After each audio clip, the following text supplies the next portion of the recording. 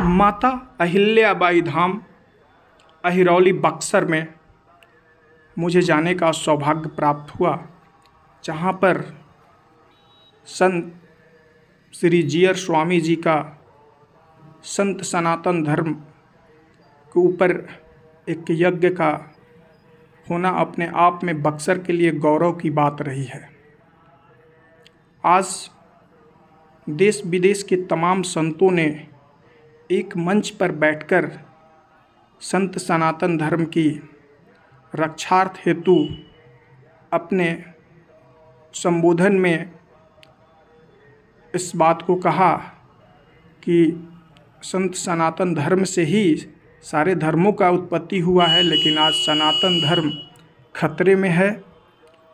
इसलिए सनातन धर्म का बचा रहना बहुत ही ज़रूरी है। ये बक्सर कभी विश्वामित्र की तपोभूमि रही है। ये बक्सर राम का बचपन का कर्मभूमि भी रहा है। यहीं से कर्मभूमि का यानी कर्म का शुरुआत हुआ है। श्री रामचंद्र जी जब बचपन में थे तो उनके साथ लक्ष्मण जी और विश्वामित्र जी इसी बक्सर में आकर अपने कर्म का शुरुआत किए थे। यहीं पर ताड़का नामक राक्षस का वध करके इधर से बक्सर एरिया में जो पहले पड़ता था उधर राक्षसों का आतंक था। जहाँ पर भी कोई यज्ञ वगैरह करते थे तो उसमें इन्हीं सब असुरों ने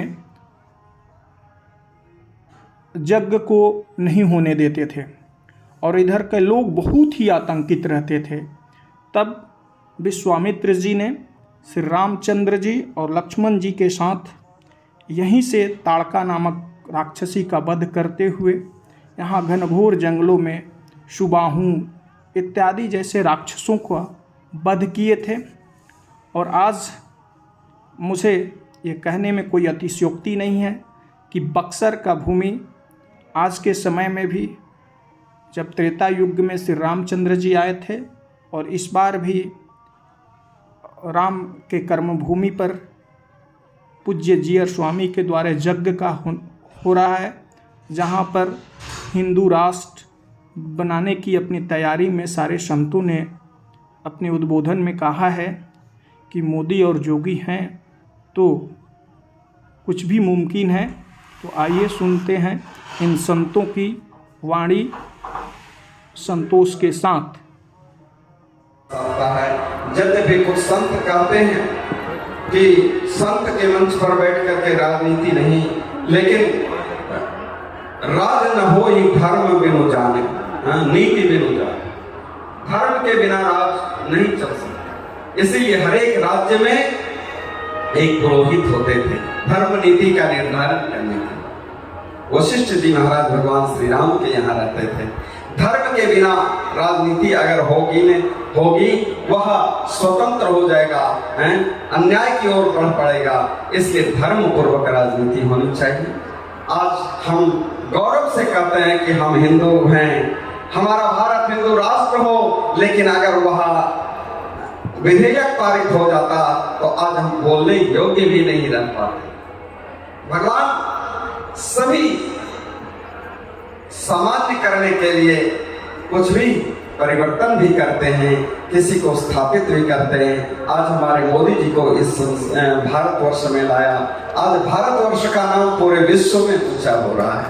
हमें गर्व होता है कि आज जो भारतवर्ष के प्रधानमंत्री कभी अमेरिका और रूस के पीछे पीछे चलते थे भीगी बिल्ली की तरह, आज मोदी जी सिंह की तरह सीना तान करके अमेरिका में भी चलते हैं और रस्सा में भी चलते हैं। ये भारत का गौरव ऊंचा करते हैं। वह देख करके हम लोगों का भी सीना ऊंचा हो जाता है। और हम कहते हैं कि मोदी जी बोले थे 56 इंच का सीना नहीं, ये 96 इंच का सीना है, जो जाकर के पूरे विश्व में भारत का नाम ऊंचा कर रहा है, डंका बजा दिया है। आज उनके ही सहयोग में, उनके ही एकदम प्रमुख मुख्य सहयोगी हमारे माननीय केंद्रीय मंत्री अश्विनी कुमार चौबे जी ने आज जो यहाँ एक उदाहरण पेश किया है बक्सर में, मैं समझता हूँ न भूतो न भविष्यति, न पहले हुआ और मुझे लगता है आगे भी होगा कि नहीं। संत समागम, सनातन संस्कृति समागम और यज्ञ एक तरफ, श्रीमद् भागवत कथा एक तरफ, राम कथा एक तरफ, इतना बड़ा आयोजन होना बहुत ही मुश्किल है। उन्होंने, और मुझे पता चल रहा है उनके अनुष्ठ से कि उन्होंने प्रण किया है कि बराबर करूंगा। यह वह समय दूर नहीं जब बक्सर की भूमि देव भूमि स्वर्ग देव लोक से भी ऊंचा होगा।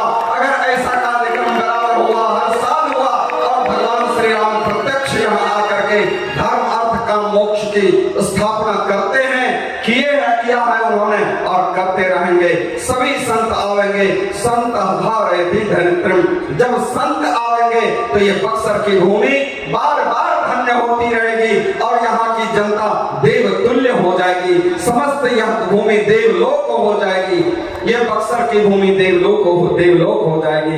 इसलिए मैं बार बार धन्यवाद, बार बार व्यासगद मंच की ओर से आशीर्वाद देता हूँ कि इस बक्सर का भी नाम अगर विश्व के मानस पटल पर करना हो तो ऐसे ही सांसद के रूप में अपने माननीय अश्विनी कुमार चौबे को बार बार चुने ताकि यह विश्व के मानस पटल पर बक्सर का नाम उजागर हो, सभी देशों में उजागर हो जाए।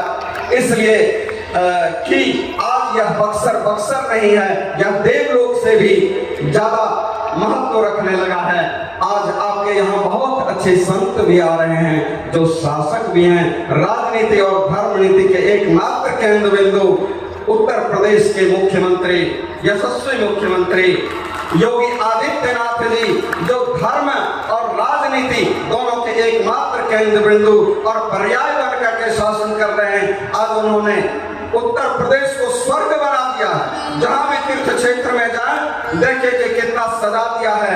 गाय के लिए गौ द्विज हितकारी, भगवान तो गाय के लिए अवतार लेते हैं, ब्राह्मण के लिए, संत के लिए अवतार लेते हैं। आज उत्तर प्रदेश में गाय की इतनी अच्छी व्यवस्था हो गई है, जो भी गौशाला पालते हैं सबों को गौशाला के लिए, गाय के परिपालन पालन के लिए फंड देते हैं। और साधु संतों के लिए वृंदावन में, हमारे वृंदावन में ऐसी व्यवस्था उन्होंने की है, जो भी बाहर से तीर्थ यात्री आवे निःशुल्क भोजन और आवास की व्यवस्था उन्होंने कर दी है। और हमारे योगी आदित्यनाथ जी ने किया है। मैं तो भगवान से प्रार्थना करूंगा कि जब तक मोदी जी हैं तो बहुत अच्छी बात है, मोदी जी के बाद भगवान योगी आदित्यनाथ को ही भारत के प्रतिनिधि के रूप में लावे ताकि संपूर्ण भारतवर्ष हिंदू राष्ट्र घोषित हो जाए।